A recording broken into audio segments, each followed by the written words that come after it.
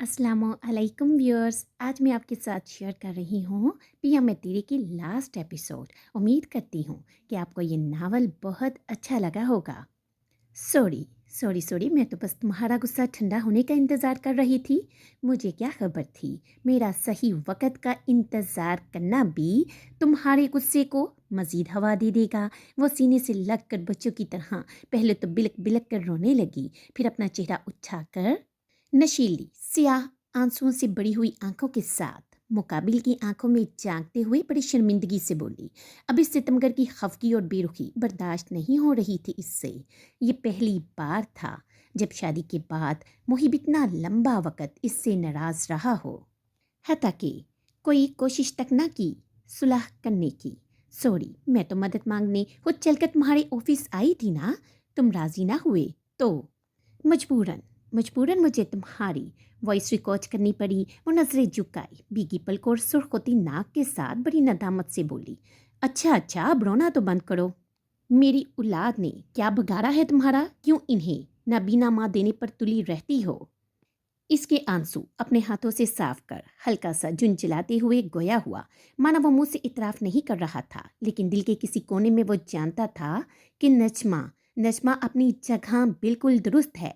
वो कैसे अपने बाप का खून माफ कर देती। इतना आसान नहीं होता खूनी रिश्तों से मुंह फेर लेना, खास तौर पर एक बेटी के लिए अपने बाप से।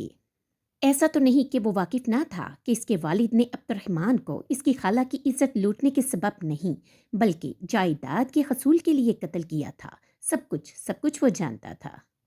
सब कुछ जानते बूझते इजलाल मलिक की हर स्याह सफेद का इल्म रखने के बावजूद वो इन्हें सदा सजा दिलवाने के लिए हरगिज तैयार न था। अगर नजमा से वादा न किया होता तो यकीनन इसे भी ना दिलाने देता, मगर अब जो हो गया सो हो गया। अब इसे फ्यूचर प्लान करना था शाहजीन और फातिमा को एक अच्छा मुस्तकबिल देना था, जो जिम्मेदारी थी इसकी। सॉरी, वो बार बार माफ़ी मांग रही थी। इट्स ओके, इसने आहिस्तगी से कहते हुए इसकी हसीन सरापी को अपने हसार में जकड़ा। वो नहीं बता सकता था मुकाबिल हसीना को इन 6 माह में इससे ज़्यादा खुद को सजा दी थी इसने। तुमने मुझे माफ़ कर दिया ना। वो सीने से लगे अपने दिल को सुकूनों करार देने की नीयत से दोबारा तस्दीक करने लगी। नहीं, वो थोड़ी देर सोचने के बाद। क्यों? वो फौरन ही अपना चेहरा उठाकर बड़े परेशान लहजे में वजह इस्तफसार करने लगी। क्योंकि मेरी मर्जी, खासा संजीदगी से जवाब दिया गया, मगर मैंने तो बार बार माफ़ी मांगी है। वो नहायत जताते हुए रोता सा मुंह बनाकर बोली, सिर्फ सॉरी कह लेने से क्या होता है, मुकाबिल निरूठेपन से। तो फिर और कैसे मांगूं? वो उलझकर परेशानी के आलम में पूछने लगी। खुद सोचो, और कैसे मांग सकती हो? इसकी आंखों में शरारत और शोखी उभरी थी ये जुमला अदा करते वक्त। मुकाबिल लड़की कैसी ना समझती, मैं बीमार हूँ। वो फौरन ही एहतजाजन बेचारगी वाला चेहरा बनाए हुए बोली, कोई बात नहीं, मैं इंतज़ार कर सकता हूँ। इसकी सिया नशीली आंखों में अपना अक्स देखते हुए वो शौकी से गोया हुआ, साथ साथ अपना हसार इसके नाजुक वजूद के गिर्द मजीद तंग किया, जिस पर वो छिमकर नजरें झुकाकर मुस्कुराने लगी। इसके गाल मुकम्मल सुर्ख पड़ गए थे मारे खया के, जिन्हें देखकर मुकाबिल खासा महफूज होकर मुस्कुराने लगा। इसकी प्रेगनेंसी का 7वां माह था। वो सुबह से वॉशरूम के चक्कर काट रही थी। न जाने क्यों क्यों सुबह से पेट में शदीद दर्द था। अनाइज़ा बेगम वक्फे वक्फे से इसकी तबीयत पूछने आ रही थी। अनाबिया डॉक्टर के चलो। अभी जब इसका दर्द मज़ीद बढ़ा तो अनाइज़ा बेगम इसे ड्राइवर के साथ हॉस्पिटल ले गई। वहीं से उन्होंने ज़रून को कॉल करके अनाबिया की बिगड़ती तबीयत के बारे में इन्फॉर्म किया। बस फिर क्या था, वो सारे काम छोड़ छाड़ कर तेज़ी से हॉस्पिटल के लिए निकला। 15 मिनट की ड्राइव के बाद वो हॉस्पिटल पहुंचा। वहाँ डॉक्टर ने इससे पेपर साइन करवाए। तकरीबन आधा घंटे बाद अनाइज़ा बेगम के कानों की समाज से बच्चे के रोने की आवाज़ टकराई। मुबारक हो, आपके घर पोते की वलादत हुई है। नर्स के मुस्कुरा के मुसरत बड़े लहजे में अनाइज़ा बेगम को इत्तला देते ही इनका और ज़रून का चेहरा खुशी से खिल उठा था। वो दोनों माँ बेटे खुशी से गले लगे। इतने में ज़रून के वालिद भी हॉस्पिटल पहुंचे। अपने नन्हे मुन्ने शहजादे को गोद में लेते ही मसरत और खुशी से इसकी आंखें भर आई। शुक्रिया। इसने एनाबिया की पेशानी चूमते हुए शुक्रिया अदा किया। My player. मुस्कुराते हुए वो गोया हुई। उन्होंने अपने नन्हे शहजादे का नाम अमान रखा। अपनी फैमिली के साथ वो सैर व तफरी के लिए मनोरा बीच आया हुआ था। वो खूबरू नौजवान लाइट नीले रंग की शर्ट और सफेद पैंट जेब तन किए हुए न जाने कितनी ही देर वहां मौजूद लड़कियों का दिल दरका रहा था। वो इतना हैंडसम और डैशिंग लग रहा था कि इसकी जानिब हर उठने वाली निगाहें सताइशी थी। स्वीट हार्ट, चलो उधर की साइड चलते हैं। एक लड़की दानिस्ता तौर पर सामने से आकर मुहीब से टकराई, फिर मुस्कुराते हुए सॉरी करने लगी। वो लड़की लाल रंग की टी शर्ट और ब्लैक जीन्स पहने हुए थी। वो दिखने में काफ़ी खूबसूरत थी। मुहिब ने लापरवाही से इट्स ओके कहा, मगर वो फिर भी जानकर हिटलर बनी वही खड़े होकर इससे बातें करने लगी। हालांकि वो जवाब नहीं दे रहा था, इसके बावजूद वो लड़की हटने को बिल्कुल भी तैयार न थी। ये मंजर देखकर नजमा, जो शहजीन को गोद में लिए दूर सीढ़ियों पर खड़ी थी, गुस्से से लाल पीली होकर शहजीन को मुलाजमा की गोद में देखकर तेजी से इसकी जानिब आई। फिर इस लड़की के सामने ही मुहीब का बाजू पकड़कर मोहब्बत से चोल लहजे में बोली। नजमा के मुंह से अपने लिए स्वीट हार्ट का लफ्ज सुनते ही इस खूबरू नौजवान की आंखें हैरत से बड़ी हुई। मैं इनकी वाइफ, कोई काम था आपको? फिर अगले ही लम्हे इसने सामने खड़ी इस लड़की को खा जाने वाली निगाहों से देखते हुए अपना तारुफ करवाया। नहीं नहीं, वो लड़की फौरन ही मुंह बसूरती हुई वहां से चली गई। स्वीट हार्ट, मुहिब जेरे लब दोहराते हुए मुस्कुराने लगा। वो खासा महफूज हुआ था इस परदेशी दुश्मन को अपने लिए जलता देख। कुछ कहा तुमने? नजमा को महसूस हुआ जैसे इसने कुछ कहा हो। नहीं नहीं, बस स्वीट हार्ट, अभी तक हजम नहीं हो रहा, वो छेड़ते हुए मज़ाक़ खेज अंदाज में बोला। सब देख रही थी मैं, कैसे बातें कर रहे थे तुम इससे? वो खफकी से छोटी आंखें करके इसे घूरते हुए गोया हुई, साथ साथ इसका पकड़ा हुआ बाजू भी छोड़ दिया। इट्स ओके किस्वा, मैंने उससे एक लफ्ज़ भी नहीं कहा है। वही इंटरेस्ट शो कर रही थी मुझ में। इसकी हफ्की देखकर वो फौरन ही सफाई देने लगा, फिर अचानक ये सोचकर मुस्कुरा दिया कि कितना बदल गया है वो। मुहीब असलान मलक कब किसी को अपनी बातों की वजाहत दिया करता था, मगर मुकाबिल खड़ी हसीना को फौरन दे डाली, क्योंकि इसकी हल्की सी हवकी भी वो अपने दिल पर भारी महसूस करता था। क्यों मुस्कुरा रही हो? वो अचानक शक्की अंदाज में बोली। अब क्या बंदा मुस्कुरा भी नहीं सकता? वो खासा एहतजाजन गोया हुआ, जिस पर वो मजीद बहस न करते हुए खामोश हो गई। चलो स्वीट हार्ट, इस बार, मुहीब ने नहायत मोहब्बत से कहकर इसका नरम और खूबसूरत बाजू थामा। कहाँ? थोड़ा आगे चलकर देखते हैं। जब बंदा पानी पर आया है तो थोड़े पाँव तो गीले करे। ये कहते हुए इसने नजमा का हाथ छोड़ा और नीचे झुक के अपनी पैंट को फोल्ड करने लगा, फिर उठकर दोबारा हाथ थाम लिया। वो वजीहा मर्द मुस्कुराते हुए अपनी बीवी का हाथ थामे पानी के किनारे पर चलने लगा। वो बिल्कुल कदम से कदम मिलाकर चल रही थी। मुहीब असलाल मलक का साथ उसके लिए किसी किसी सुनहरी ख्वाब से कम न था।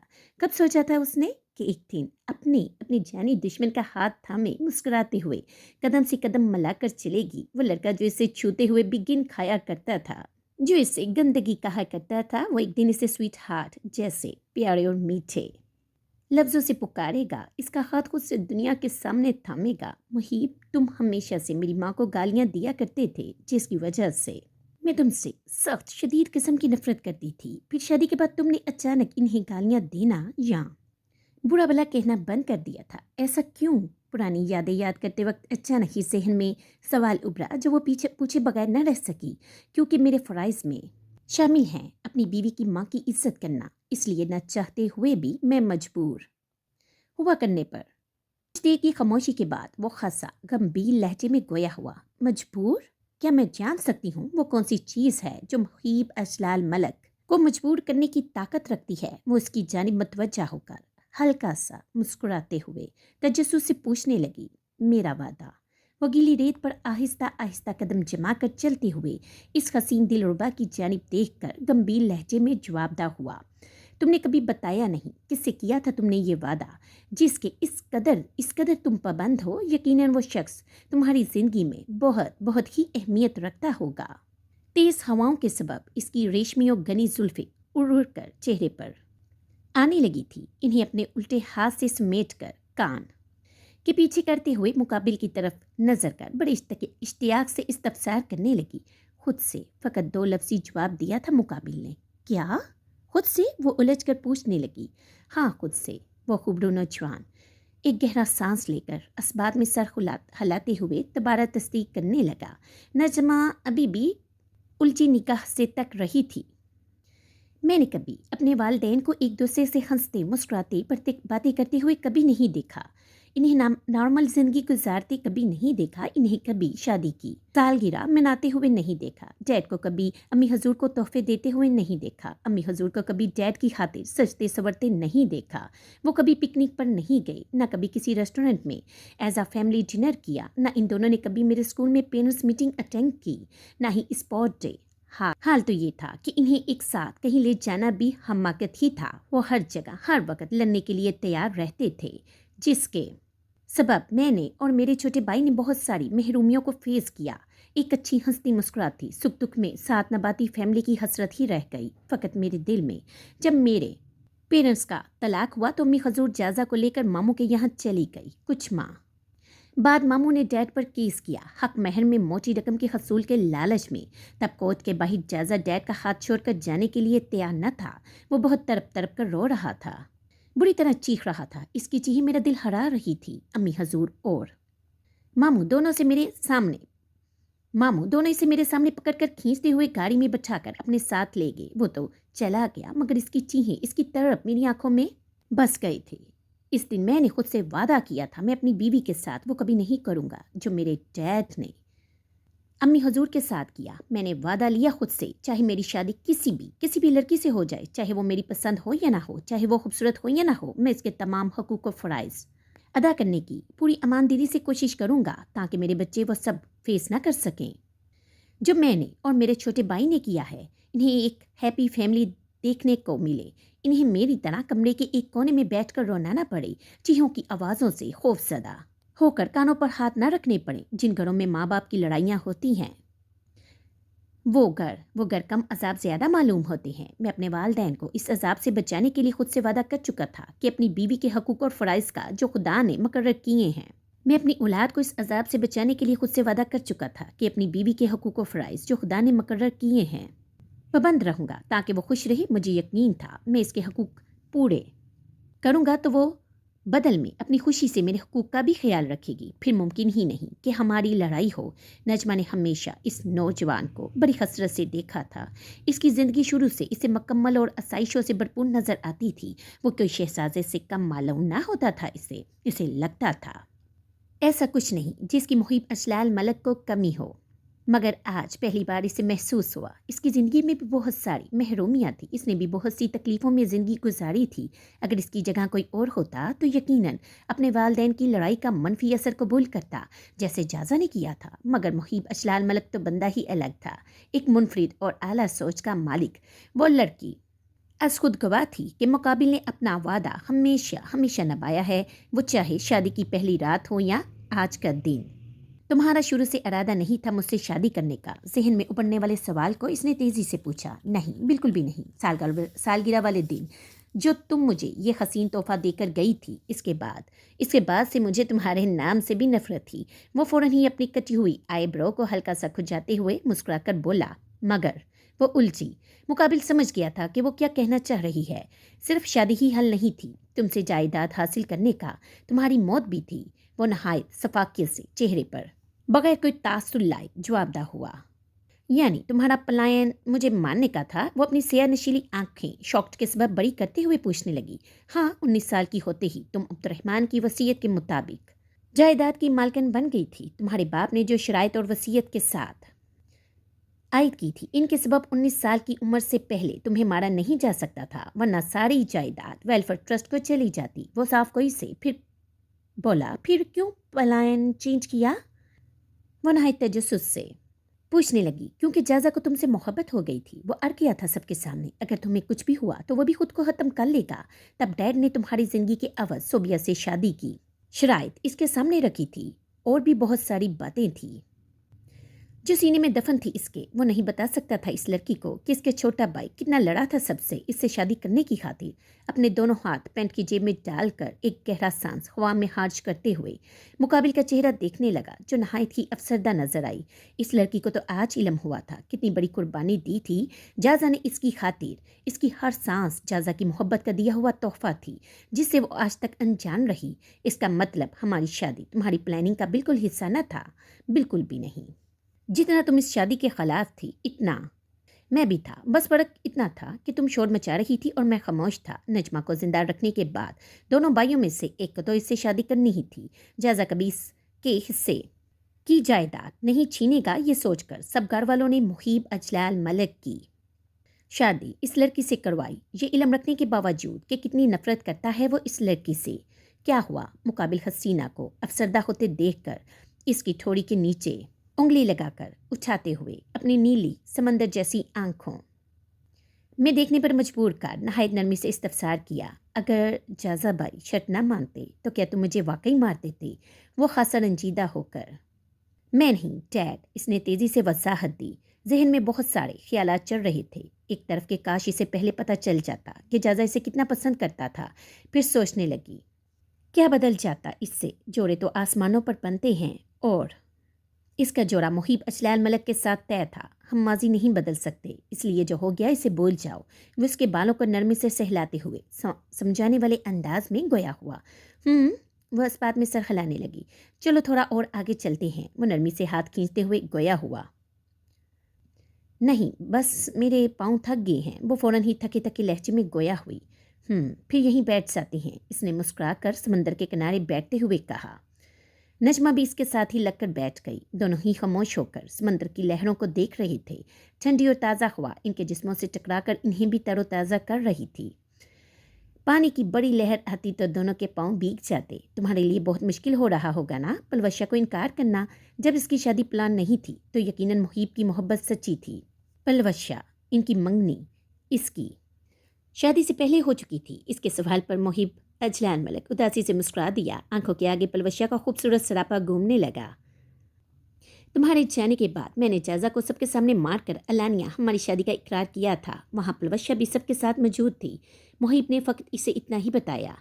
وہ خوبرو نوجوان پلوشا کے گھر گیا تھا، اس سے پرسنلی معافی مانگ کر منگنی توڑنے، اسے آج بھی یاد ہے۔ وہ لڑکی اس کے بازو سے سر لگا کر پھوٹ پھوٹ کر روتے ہوئے اسے برا بلا کہہ رہی تھی، مگر اب وہ معافی مانگنے کے سوا کچھ بھی نہیں کر سکتا تھا۔ تم نے سب کے سامنے اعلان کر دیا تھا کہ میں تمہاری، وہ خاصا حیران ہو کر پوچھنے لگی کہ تم میری بیوی ہو۔ وہ اس کا جملہ تیزی سے مکمل کرتے ہوئے نہ جانے کیوں اس لمحے اس ستم گر پر شدت سے پیار آیا۔ ابھی وہ کچھ کہتی اس سے قبل ہی میم فاطمہ بہت رو رہی ہے، اچانک ہی ملازمہ آ کر فاطمہ کو اس کی جانب بڑھاتے ہوئے پریشان ہو کر کہنے لگی، اوہ میرا بیبی، آؤ میری گود میں آؤ۔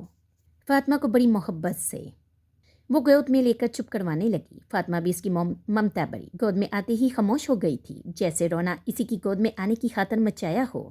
محیب اجلال ملک پینٹ چاڑتے ہوئے کھڑا ہوا، پھر نجمہ کی جانب ہاتھ بڑھایا۔ اس نے مسکراتے ہوئے فوراً ہی ہاتھ تھام لیا۔ فاطمہ اپنے ننھے منھے ہاتھ محیب کی جانب بڑھانے لگی، جس پر نجمہ مسکراتے ہوئے بولی، پہلے اپنی بیٹی کو لو۔ محیب نے فوراً ہی فاطمہ کو اپنے سیدھے ہاتھ سے گود میں لیا، پھر نجمہ اس کا الٹا ہاتھ مضبوطی سے تھام کر کھڑی ہوئی۔ وہ دونوں میاں بیوی وہاں لگے اسٹول سے چیزیں دیکھنے لگے۔